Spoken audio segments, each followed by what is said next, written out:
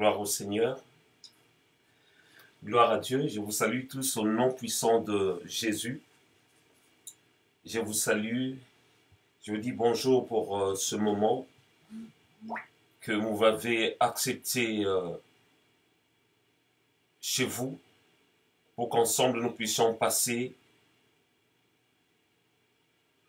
devant le trône de grâce pour pouvoir partager ce moment de la parole. Je crois, je suis convaincu que le Seigneur va faire du bien à une personne aujourd'hui.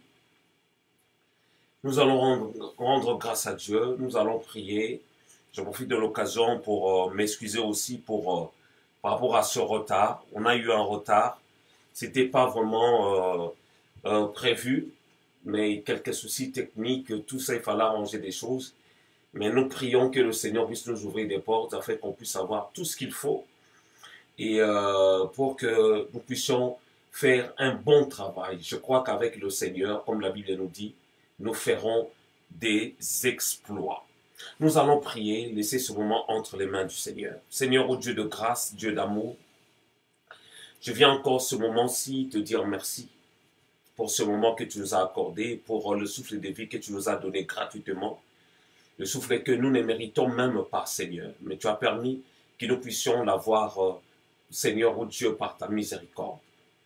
Seigneur, voilà le temps prévu. Les temps, Seigneur, ô Dieu des armées, que j'avais pris cet engagement. Seigneur, mon Dieu, pour pouvoir parler de toi.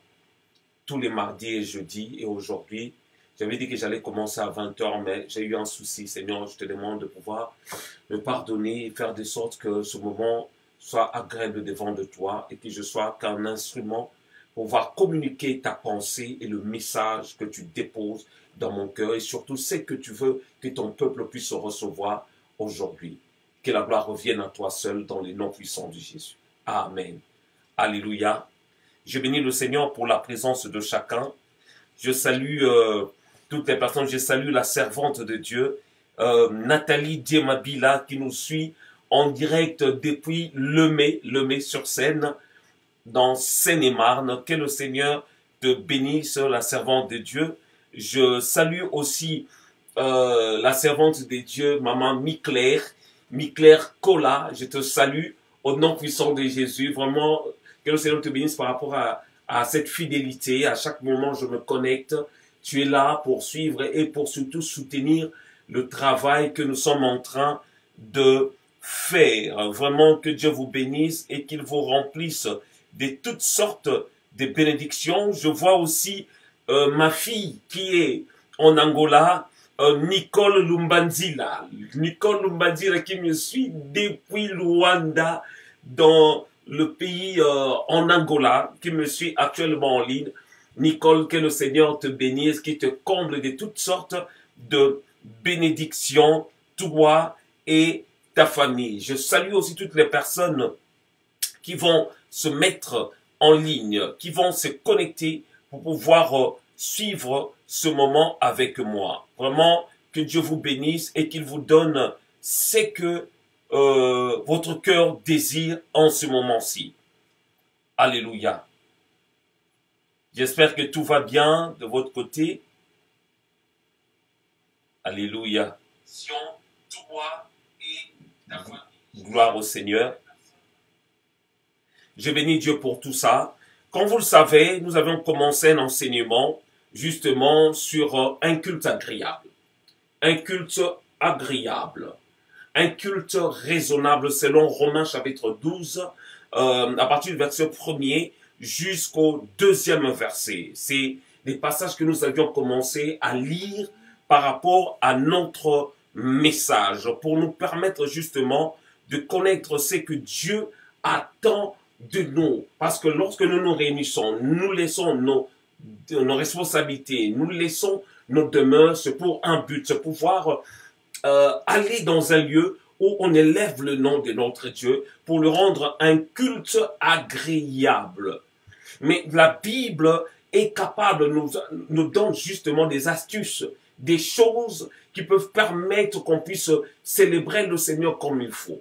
En parcourant plutôt la Bible, nous voyons des gens depuis avant même l'église primitive, on voyait, lorsque le Seigneur avait conduit Moïse à construire le tabernacle, le Seigneur avait choisi des personnes qui étaient mandatées pour pouvoir travailler justement dans le tabernacle. C'était pas n'importe qui travaillait dedans. Il y avait des choses que Dieu avait précisées, des instructions que Dieu avait précisées par rapport à tout ce qui concerne le sacerdoce.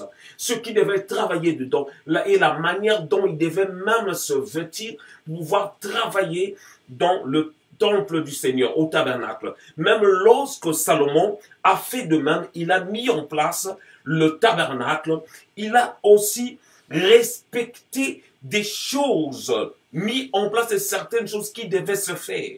C'est la raison pour laquelle lorsque une fois David était parti chercher l'arche, le fait qu'il transportait cette arche de la même manière que les Philistins faisaient sur un chariot, la Bible dit que Uza voulait justement toucher l'arche parce que le chariot voulait chavirer et lui il a essayé de toucher l'arche pour protéger, pour empêcher que l'arche tombe, mais cet homme a été frappé. Cet homme a été frappé tout simplement parce qu'il n'avait pas le droit déjà de toucher l'arche. Il n'avait pas ce droit en fait de faire ce genre de choses. Donc on dit que même par rapport au culte, Dieu donne aussi des choses que nous devons mettre en pratique pour la bonne marche de nos réunions, de nos cultes pour le célébrer. C'est l'exemple que nous avions donné ce passage dans le livre de... Ce passage dans Romains chapitre 12 à partir du verset 1er jusqu'au verset 2 qui dit, je répète cela pour que ça soit vraiment ancré, que ça puisse rentrer en nous, que ça soit vraiment formaté en nous. La Bible dit Romains chapitre 12 à partir du verset 1er jusqu'au 2e verset. La Bible dit, je vous exhorte donc, frères, par les compassions de Dieu, à offrir vos corps comme un sacrifice vivant, saint, agréable à Dieu, ce qui sera de votre part un culte raisonnable. C'est là où justement j'ai choisi ce terme, un culte raisonnable. Moi j'ai appelé ça un culte agréable, un culte que le Seigneur agrée. Selon ce passage, de la même manière j'avais dit la fois dernière, un culte agréable, c'est un culte où on se sacrifie soi-même, on se donne soi-même, parce que Dieu ne regarde pas à ce que nous lui apportons comme offrande, comme autre nos dîmes. Le plus important dans tout ce que nous pouvons offrir à Dieu, c'est nous-mêmes. Donc Dieu s'intéresse à notre vie au-dessus de tout ce que nous pouvons lui apporter. C'est-à-dire Dieu désire par-dessus tout nous-mêmes, par-dessus tout, parce que le Seigneur était venu pour sauver les hommes et non les choses de ce monde. Alléluia. Dieu a besoin de sauver les humains, les individus comme toi et moi. Le culte que le Seigneur a créé, c'est le culte où on s'offre soi-même. C'est que l'apôtre Paul dit ici, comme un sacrifice vivant. Vos corps, vous-même, vous devez vous ouvrir. Vous devez chercher de sorte que votre corps puisse devenir le temple de Dieu, afin que le Seigneur puisse y habiter. Donner accès à Dieu dans tous vos membres, afin que vos cultes, vos prières puissent monter devant son trône de grâce. Et la deuxième partie, le deuxième verset, l'apôtre Paul dira, ne vous conformez pas au siècle présent, mais soyez transformés par le renouvellement de l'intelligence, afin que vous discerniez quelle est la volonté de Dieu, ce qui est bon, agréable et parfait. J'avais dit que déjà dans ce passage, dans ce deuxième verset, l'apôtre Paul veut la transformation. Il nous parlait de la transformation, la manière dont nous devons nous changer, nous laisser transformer, alléluia. Mais soyez transformés par le renouvellement de l'intelligence. Que notre intelligence soit renouvelée, afin de faire quoi? Afin de discerner quelle est la volonté de Dieu. Quelle est la volonté de Dieu? En parlant de ça plutôt, je voulais faire comprendre que lorsque nous venons au culte, ce que nous devons faire, chercher à connaître la volonté de Dieu, à connaître ce que Dieu attend de nous, ce que Dieu veut qu'on puisse faire lors de nos réunions. Il dit, afin que vous discerniez quelle est la volonté de Dieu, ce qui est bon, agréable et parfait. Et j'avais dit, lorsqu'on ne fait pas un bon culte, on ne fait pas un culte agréable à Dieu, on va lui présenter une offrande qui est mauvaise, désagréable et imparfaite. Selon ce passage, alléluia. Lorsqu'on discerne la volonté de Dieu, on discerne ce que Dieu attend de nous, ce que Dieu veut pour que nous puissions le faire, l'exécuter par rapport à ce moment, nous allons alors lui offrir un culte agréable. Alléluia. Et j'avais parlé la fois dernière aussi du conducteur de culte. Le premier point que nous avions vu, le conducteur de culte. En faisant comprendre, là j'essaie de faire un petit rappel vite fait.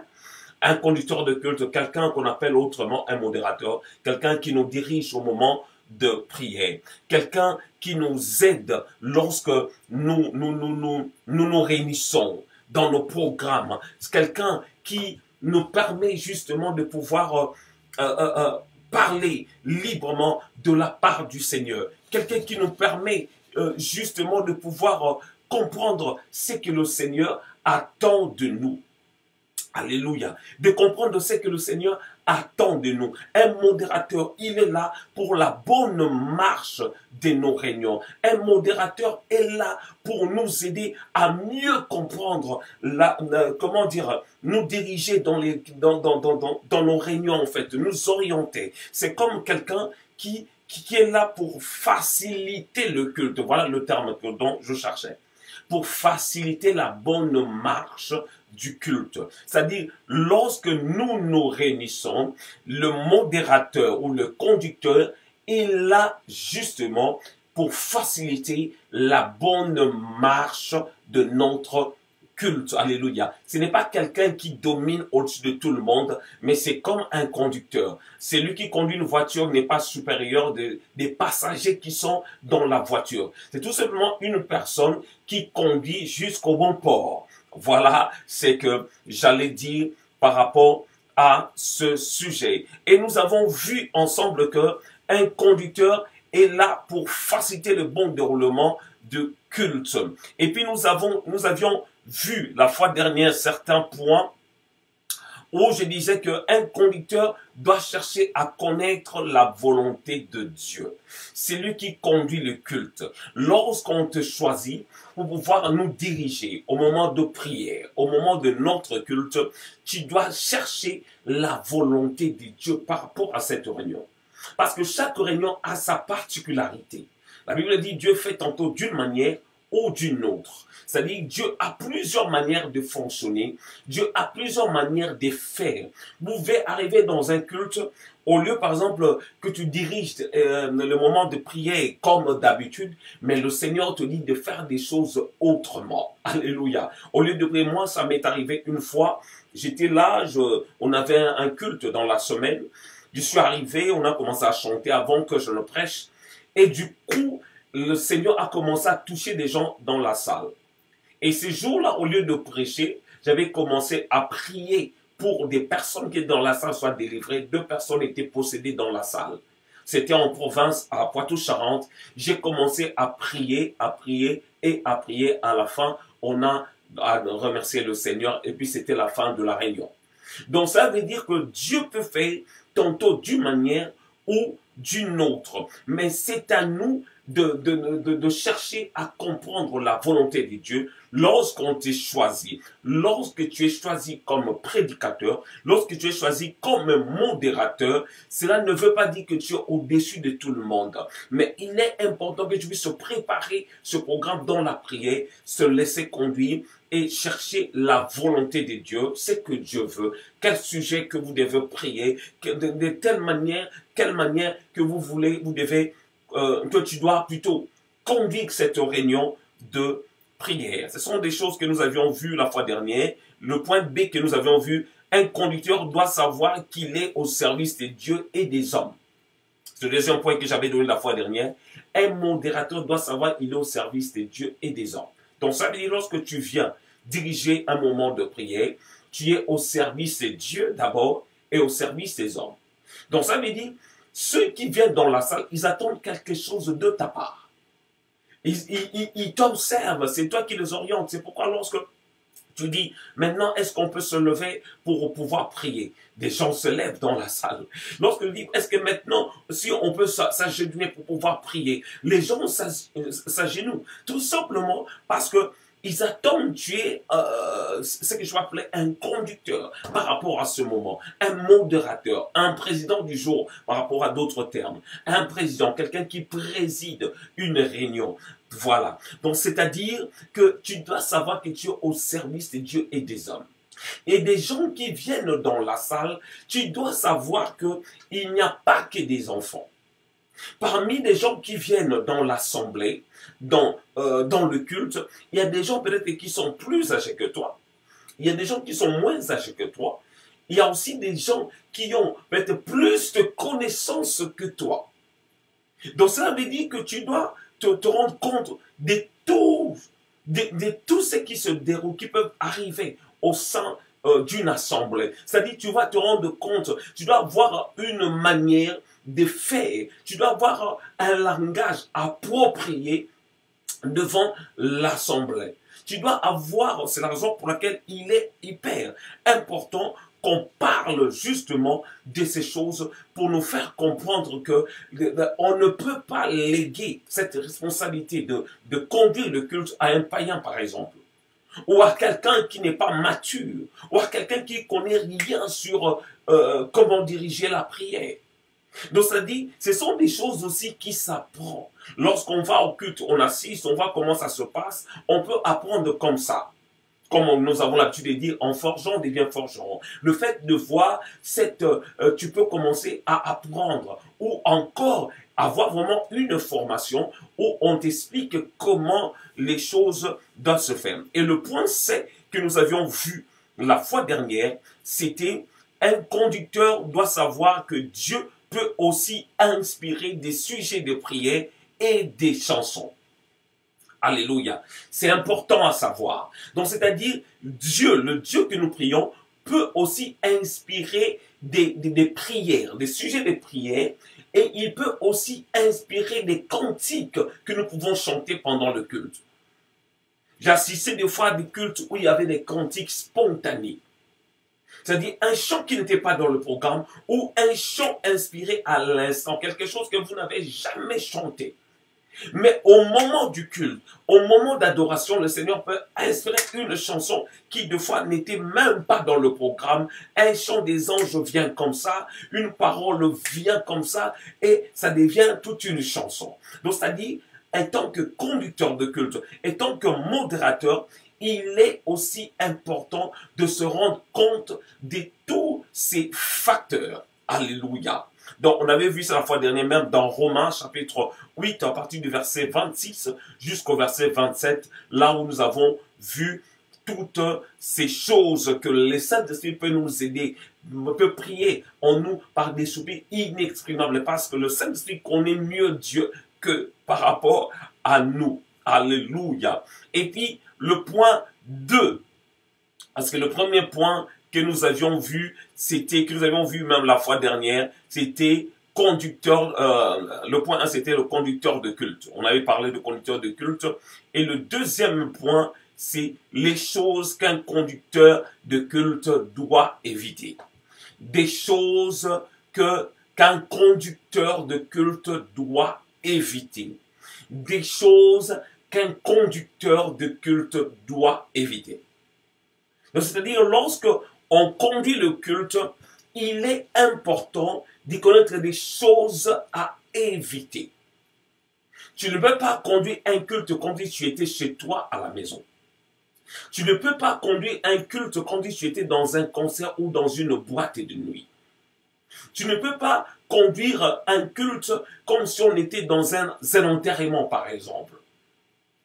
C'est-à-dire, il y a plusieurs façons de faire dans ces choses. Mais il est important de connaître au moins des choses que tu dois éviter étant que conducteur de culte, étant que modérateur. Parce qu'il y a des conducteurs de louanges, il y a des conducteurs de culte. Ça peut arriver qu'un conducteur de louange soit aussi conducteur de culte. Ça veut dire, il chante en même temps, il fait la modération, ça arrive. Moi, je le fais. C'est-à-dire, je suis chantre. Je suis musicien au sein de l'église. Des fois, je fais les deux en même temps. Je chante, je joue et en même temps, je dirige le culte. Ça peut arriver que tu es chantre, comme dans certaines églises, les modérateurs. Les modérateurs sont en même temps des chantres. C'est-à-dire ceux qui dirigent le programme de prière, ceux qui dirigent, qui font la modération, ce sont en même temps des chantres dans la chorale de l'église. Donc là, on va parler des choses que tu dois éviter. Des choses qu'on doit éviter lorsqu'on fait la modération dans une assemblée. Première des choses, c'est-à-dire point 2A. 2A, l'une des choses que tu dois éviter lorsque tu fais la modération, lorsque tu conduis une réunion de prière, c'est de s'imposer. De s'imposer. Parce que nous voyons des fois des modérateurs, quelqu'un qui dirige le programme, au lieu de vous faciliter la tâche, il vous oblige justement de faire certaines choses comme si c'était dans une armée de ce monde. Comme je le disais déjà avant, que tu dois savoir que dans l'assemblée, il y a des gens peut-être qui sont plus matures, il y a peut-être des gens qui sont malades, il y a des gens peut-être qui sont enceintes ou des femmes. Tu ne peux pas obliger par exemple des gens, bon, tous nous allons nous lever, toi, lève-toi. Tu ne peux pas obliger des gens. C'est pourquoi je disais qu'il y a un langage. Tu dois avoir un langage approprié lorsque tu diriges un culte. Un langage approprié. Parce que tu peux devenir, tu risques de devenir aussi un obstacle dans une réunion des saints pendant que tu fais la modération, à ta manière de faire des choses. Donc tu ne peux pas imposer aux gens, obliger des gens à faire certaines choses parce que c'est toi qui le veux. Par exemple, obliger des gens à faire telle ou telle autre chose. Obliger des gens, vous pouvez vous déplacer. Non, quittez là-bas, venez vous asseoir ici. On n'est pas dans une armée de ce monde où il y a un général qui ordonne aux gens de faire des choses. Il faut savoir, dans nos assemblées, il y a aussi des païens qui viennent. Il y a des gens aussi qui sont têtus, qui sont désobéissants, c'est-à-dire ils n'aiment pas être dirigés. Ils n'aiment pas qu'on leur ordonne de faire quelque chose.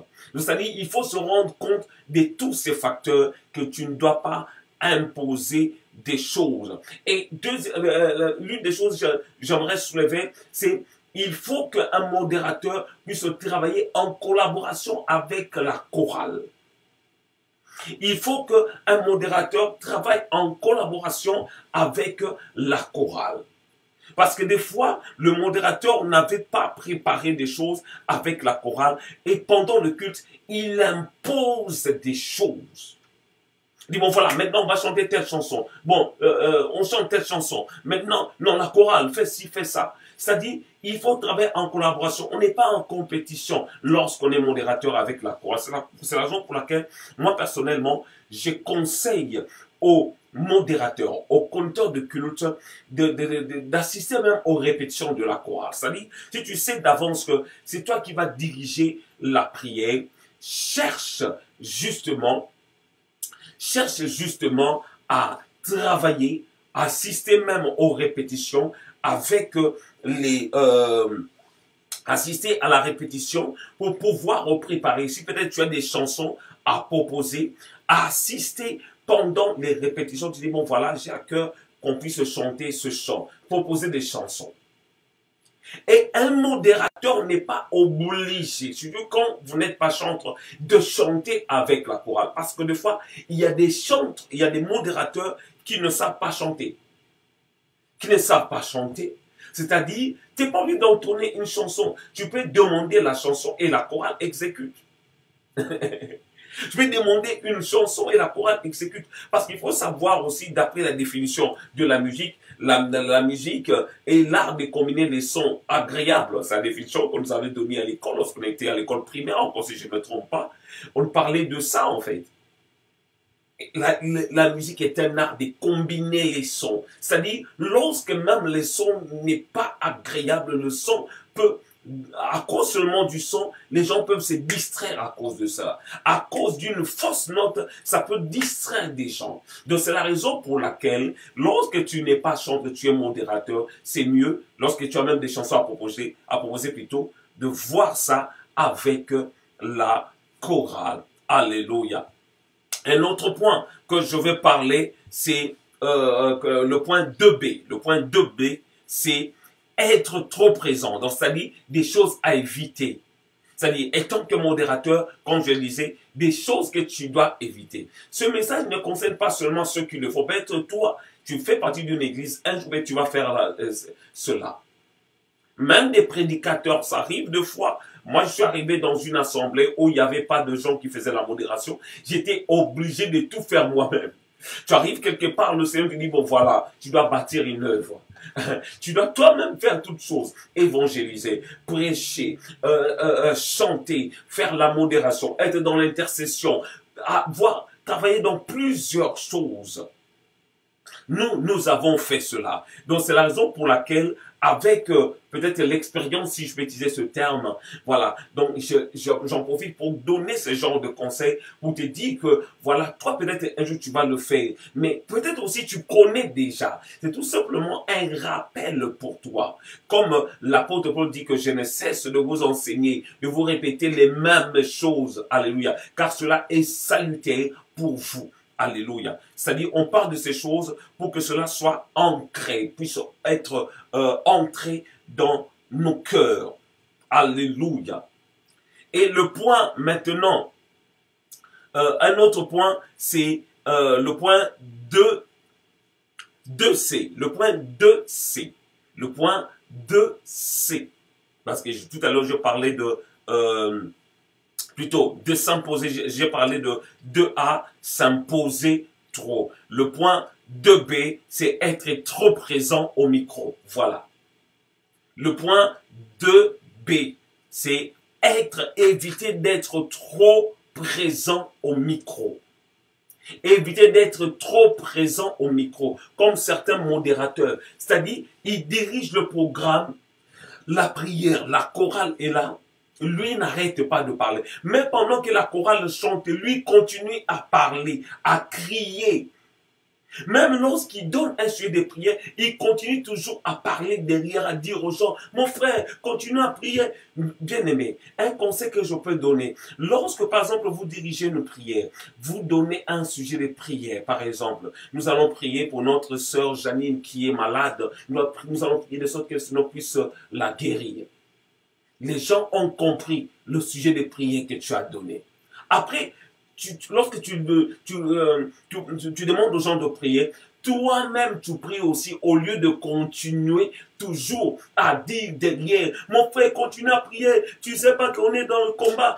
Non, non, non, mon frère, il est important. Lorsque tu donnes un sujet de prière, sois sûr que les gens ont compris. Les gens sont attentifs justement au sujet des prières que tu donnes. Alors, il est hyper important que toi-même, tu commences aussi à prier, que toi-même, il est aussi important que toi-même aussi, que tu commences à prier, au lieu de continuer à répéter les mêmes choses, au lieu de continuer à répéter les mêmes choses, au lieu de continuer à dire la même chose derrière. Au lieu de prier, tu commences à dire aux gens, mon frère, tu sais qu'on est dans le combat. Lorsque tu donnes un sujet de prière, rassure-toi que les gens ont compris le sujet et toi-même commence à prier. Et lorsque la prière, comment dire, la chorale chante, tu n'es pas obligé de commencer à parler derrière, à crier. Si tu veux commencer à prier, baisse ton micro. Tu peux prier sans micro. Lorsque la chorale commence à chanter. Parce qu'il y a certaines personnes qui pensent que lorsque tu parles, lorsque la chorale chante, ça motive des gens ou ça fait actionner quelque chose lorsque toi tu parles derrière tant que modérateur. Lorsque la chorale chante, toi aussi, si tu chantes pas, tu n'es pas chanteur, tu baisses ton micro. Et tu commences aussi à chanter sans micro avec la chorale. Tu commences aussi à adorer avec la personne, avec la chorale, au lieu de continuer à parler, à parler, à parler. Après, on ne comprend plus rien. Alléluia. Mais ça peut arriver que pendant la chorale chante, le Seigneur t'inspire des paroles que tu commences à dire, à déclarer, qui correspondent peut-être comment dire, aux paroles de chant que vous êtes en train de chanter, que la chorale exécute. Alléluia. Donc, c'est-à-dire, un conducteur de culte, tu as aussi des choses à éviter, telles que ce que je viens de dire, être trop présent au micro. Trop présent au micro. À chaque fois que tu parles, tu vois, des fois tu dis des choses qui ne sont pas vraiment importantes. Sois bref dans tes discours, dans tes propos, au lieu de prendre trop de temps. Des fois, dans certains cultes, dans certaines assemblées, des gens terminent tard à cause du modérateur, ou à cause de la personne qui vient donner des annonces, ou à cause du prédicateur qui aime trop parler pendant sa prédication. Il répète les mêmes choses et après on déborde. Certains ont du mal même en ce moment de confinement, de faire même des deux cultes, tout simplement parce qu'ils débordent à chaque fois. Nous devons savoir comment gérer notre temps. Tu es le conducteur, c'est toi qui es le président du jour pour diriger le programme de culte. Sache la manière, tu dois apprendre des manières à faire et à ne pas faire. Un autre point, là on vient de voir le point B, être trop présent, et le point C. Le point C, je parlais en fait d'éviter les tics. D'éviter les tics. Les tics, ce sont des gestes qu'on peut faire inconsciemment. Quelque chose qu'on a l'habitude de faire. Quelque chose qu'on a l'habitude de faire. Ça peut être des tics. Certaines personnes, c'est comme si c'est une maladie. Quelque chose qui se répète. Donc là, on ne peut rien dire là-dessus. C'est-à-dire la personne le fait inconsciemment et ça vient à chaque fois. Mais il y a certaines choses on est capable de gérer. Par exemple, dans ce que nous disons lorsque nous dirigeons, par exemple, un moment de prière. Par exemple, un mot que tu répètes à chaque fois. Par exemple, quelqu'un qui prie, Seigneur, je te prie, Seigneur, oh Dieu, que tu fasses quelque chose, mon Dieu, mon roi, que tu puisses opérer en ce moment, mon Dieu, mon roi, que tu puisses... Donc, c'est-à-dire, à chaque parole, il y a mon Dieu, mon roi qui revient. À chaque parole, à chaque mot, il y a mon Dieu, mon roi qui arrive à chaque fois. Ça arrive. Même moi, j'en étais victime, c'est-à-dire à chaque fois je répétais la même chose. Mon Dieu, mon roi, je le disais très souvent dans mes prières, lorsque je priais, c'est ça qui revenait après chaque mot. Mon Dieu, mon roi revenait, mon Dieu, mon roi revenait. Mais après, je me suis compris que on risque même de nommer le frère, mon Dieu, mon roi, parce que tu n'arrêtes pas de répéter la même chose ou de faire les mêmes gestes à chaque fois lorsque tu pries ou lorsque tu conduis le culte. C'est-à-dire, il faut éviter certaines choses que tu fais. C'est pourquoi même certaines personnes se regardent devant une glace, devant un miroir, ils parlent devant ça pour voir justement ce qu'ils font comme erreur. Moi, ça m'arrive des fois de regarder, de visionner mes propres vidéos, mes vidéos de prédication, même mes émissions, pour chercher à me corriger. Je me dis, ah, cette chose-là, je le fais très souvent. Telle chose, je fais très souvent pour éviter de répéter la même chose. Parce que lorsque tu continues à faire à chaque fois la même chose, lorsque tu conduis les cultes, lorsque tu fais la modération, on risque même de te nommer par rapport à la chose que tu ne cesses de répéter à chaque fois, ou par rapport à tes tics, ou par rapport au mot que tu répètes à chaque fois lorsque tu fais la modération ou lorsque tu conduis le culte. Alléluia. Le point maintenant, le point 2D. 2D. J'ai donné le point, c'est-à-dire le chapitre 2 que je suis en train de donner, c'est les choses qu'un conducteur de culte doit éviter. Le point 2A que nous avons vu, c'est éviter de s'imposer pendant le culte. Et le point 2B, j'ai parlé justement de être trop présent au micro. C'est-à-dire de parler pendant le culte, tu n'arrêtes pas de parler. Même pendant la chorale chante, toi tu continues à parler. Même lorsque, à chaque fois, parler. Et le point C, j'ai parlé justement des tics, des gestes répétitifs qu'on peut faire lorsque on exerce, lorsqu'on fait la modération, des gestes répétitifs ou qu'est-ce qu'on peut faire. Voilà. Maintenant, on va parler de point D. 2D. 2D. Le point 2D. Voilà. Éviter les extravagances. éviter les extravagances. C'est-à-dire, lorsque, bien-aimé, tu fais la modération, tu diriges un moment de prière, il faut éviter les extravagances. Déjà par rapport à l'accoutrement, la manière dont tu dois te présenter lorsque tu diriges un moment de prière. Ça va être un culte de dimanche, un culte de célébration. Tu ne vas pas t'habiller n'importe comment. En parlant justement des tenues de nos sœurs de foi. Quelqu'un qui vient diriger la prière, qui s'habille en décolleté, où on voit presque ses seins.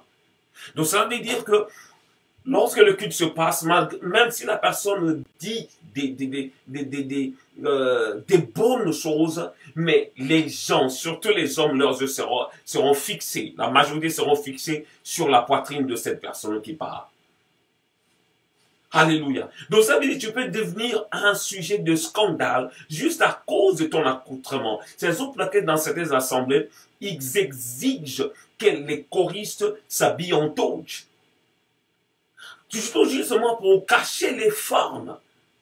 Pour cacher les formes. On va voir une femme qui chante, qui fait la modération avec des vêtements moulants où on voit toutes ses formes. Ou un homme même.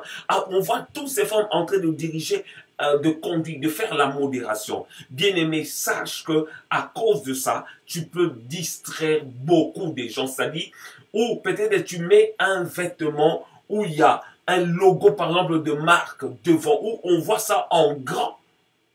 On peut mettre quelque chose de discret. Je ne dis pas que s'habiller en marque, c'est mauvais. Non, loin de là, je ne dis pas cela. Mais quand tu diriges un moment de prière, il faut savoir de quelle manière tu dois t'habiller devant les gens qui sont devant de toi. C'est-à-dire, tu ne peux pas t'habiller n'importe comment lorsque tu diriges, tu fais la modération, lorsque tu conduis le culte. Contrôle-toi la manière dont tu t'habilles. Choisis des vêtements convenables que tu peux mettre. Je ne dis pas de mettre des vêtements chers. Parce que pourquoi la Bible même parle qu'on doit s'habiller, surtout aux femmes, de s'habiller d'une manière décente. C'est-à-dire, c'est important lorsque nous exerçons le ministère, lorsque nous faisons la modération dans nos cultes, dans nos réunions de prière. Alléluia. Donc, c'est-à-dire, j'ai parlé justement de ces 4 points. Alléluia. J'ai parlé justement de ces 4 points, c'est-à-dire des choses qu'un conducteur de culte ou un modérateur doit éviter. Bien-aimés, c'est tout simplement pour nous faire comprendre que le travail que nous sommes en train de faire, c'est un travail sacré. Quelqu'un me dira que toutes ces choses-là ne sont pas mentionnées dans la Bible. Bien-aimés, mais je crois que même des choses que les sacrificateurs faisaient, c'est Dieu qui donnait des instructions pour la bonne marche des réunions. Lorsque les sacrificateurs travaillaient au temple, ils étaient obligés de se soumettre à un système, à ce que le Seigneur attendait d'eux. Ils n'étaient pas obligés de faire toutes les choses comme les païens. C'est la raison pour laquelle même les fils, du sacrificateur Élie ont été tués à cause de leur désobéissance. Ces fils, lorsqu'ils étaient en train de voler, de coucher au temple avec des femmes, c'est-à-dire, ils amenaient le feu étranger devant la présence du Seigneur. Ils volaient des viandes qui étaient des sacrifices que les gens apportaient. Donc, ces gens-là ont été justement tués à cause de cela. C'est la raison pour laquelle le but justement de cet enseignement, c'est justement pour nous faire comprendre, bien-aimés, qu'il est important que nous puissions bien faire les choses. Notre verset des bases que nous avions donné, c'était un des versets que j'avais donné, que mon frère, nous devons travailler de mieux en mieux dans l'œuvre du Seigneur. Alléluia. Dans l'œuvre du Seigneur, nous devons travailler de mieux en mieux, car notre travail n'est pas vain dans le Seigneur. Le travail que nous sommes en train de faire pour Dieu n'est pas vain. Le travail que nous sommes en train de faire est sacré. Le travail que nous sommes en train de faire au sein de nos assemblées, même si tu travailles à la modération, peut-être tu travailles justement dans la conduite des louanges lorsque vous avez culte. C'est toi qui conduis des chants dans la louange, dans le louange plutôt, dans le culte, dans l'adoration. Tu dois savoir que le travail que tu es en train de faire est sacré et il faut bien le faire. Alléluia. Il faut bien faire le travail que le Seigneur t'a donné. Il faut bien faire le travail que Dieu t'a donné. Il faut bien le faire. Il ne faut pas te laisser. Alléluia. Il ne faut pas te laisser faire des choses comme tout le monde. Mais il est important que tu puisses te soumettre à la parole de Dieu. Que tu puisses bien faire des choses. Parce qu'il est important que Dieu, lorsqu'il utilise dans ça, ça peut paraître petit. Ça peut paraître comme si c'était rien. Mais tu dois savoir que Dieu attend de toi le meilleur de toi. Le Seigneur veut que tu puisses mieux faire des choses. Le Seigneur veut que tu puisses mieux faire des choses. Ne prends pas des choses à la légère. Ne dis pas, eh ben, ce que je suis en train de faire, ce n'est rien. Ce que je suis en train de faire, ce n'est rien. Non, bien-aimé, ce que tu es en train de faire est important. Ce que tu es en train de faire est important. Ce que tu es en train de faire est tellement important. Tu dois prendre cela en compte. C'est la raison pour laquelle nous allons prier. C'est la raison pour laquelle nous allons prier le Seigneur. Nous allons demander au Seigneur de pouvoir nous aider dans le travail que nous sommes en train de faire. Alléluia. Nous sommes en train de faire un travail dans la modération, peu importe le domaine où tu travailles. Ça peut être dans dans la conduite, dans la louange. Ça peut être dans la prédication. Ça peut être dans le service de protocole, le service d'accueil. Peu importe ce que vous faites au sein d'une assemblée, c'est important. Et tu dois savoir que il y aura une récompense par rapport à toutes ces personnes qui servent Dieu comme il faut. Alléluia. Par rapport à toutes ces personnes qui considèrent l'œuvre de Dieu. Alléluia. Ne faisons pas l'œuvre de Dieu avec négligence. Ne faisons pas l'œuvre de Dieu avec négligence. Ne faisons pas l'œuvre de Dieu avec médisance. Mais il est important, lorsque nous servons notre Dieu, que nous le faisions avec nos cœurs. Et le Seigneur bénira chacun. Nous allons prier. Seigneur, au Dieu de grâce, je n'étais qu'un simple soin pour parler de ta part par rapport à ce que tu avais déposé dans mon cœur. Ma prière est que tu puisses donner encore le meilleur, que tu puisses nous donner ce qu'il faut. La Bible me dit que tu avais donné des talents à ces personnes, à ces 3 personnes. Seigneur, le premier qui avait reçu 5, il avait travaillé avec, il a fructifié cela et il a pu gagner encore d'autres talents, Seigneur. Le deuxième qui en avait reçu 2, sinon il a travaillé avec, il en a gagné d'autres. Seigneur, et le troisième, il avait caché cela. Tu as dit par la suite que, Seigneur, oh Dieu, celui qui est fidèle dans peu de choses, il sera dans les grandes, Seigneur. On confiera à celui qui est fidèle encore d'autres, afin qu'il puisse aller de l'avant. Et à celui qui néglige, à celui qui ne prend pas en compte, Seigneur, le travail que tu lui donnes, ça peut paraître petit aux yeux des gens. Ça peut paraître petit le fait de nettoyer l'assemblée, l'église, le fait peut-être de prêcher, le fait peut-être d'être dans une équipe d'intercession où personne ne te voit peut-être. Ça peut paraître petit aux yeux des hommes. Mais nous savons que, Seigneur Dieu, tout ce que nous pouvons faire au sein d'une assemblée a son importance, Seigneur. Ma prière est que tu puisses nous aider, moi et mes frères, qui suivons cet enseignement, afin de mettre cela en pratique, afin que la gloire revienne à toi seul, Seigneur. Au nom puissant de Jésus. Amen. Alléluia. Alléluia. Gloire à Dieu. Je bénis Dieu pour ce moment que nous avons passé devant son trône de grâce. C'est tout simplement quelque chose que Dieu m'avait mis à cœur de pouvoir partager avec vous. Je sais que peut-être vous suivez ce moment. Je vois Orly Kabassele connecté. Je vois élu des dieux, que Dieu te bénisse. Je vois Kili Taboué Kankou qui nous suit. Je vois le serviteur de Dieu, le prophète Simon-Pierre Auré qui nous suit. Je vois Josis des Aimés, parolier, hein, le serviteur de Dieu. Je viens d'apprendre que ton livre va bientôt sortir. Que Dieu te bénisse. Vraiment, ma prière était tout simplement que le Seigneur puisse nous aider parce qu'il y a certaines choses que nous devons les faire mieux. Peut-être c'est négligé, mais si nous faisons mal des choses, même par rapport à la modération, ça peut faire fuir aussi certaines personnes qui viennent dans nos assemblées. C'est justement une prise de conscience pour nous faire comprendre l'importance du culte. C'est la raison pour laquelle, parmi des gens qui s'affichent, qui font peut-être l'image de culte, il y a aussi des gens qui travaillent dans la conduite du culte, dans la modération ou des chantres encore. C'est la raison pour laquelle prochainement nous allons parler des chantres. Et je crois, je suis convaincu que le Seigneur va bénir quelqu'un. Que le Seigneur puisse nous bénir tous. Que le Seigneur puisse guérir ceux qui sont malades. Que le Seigneur puisse apporter sa délivrance dans la vie de ceux qui sont sous l'emprise de l'ennemi. Et je vous dis à très bientôt. Bye bye.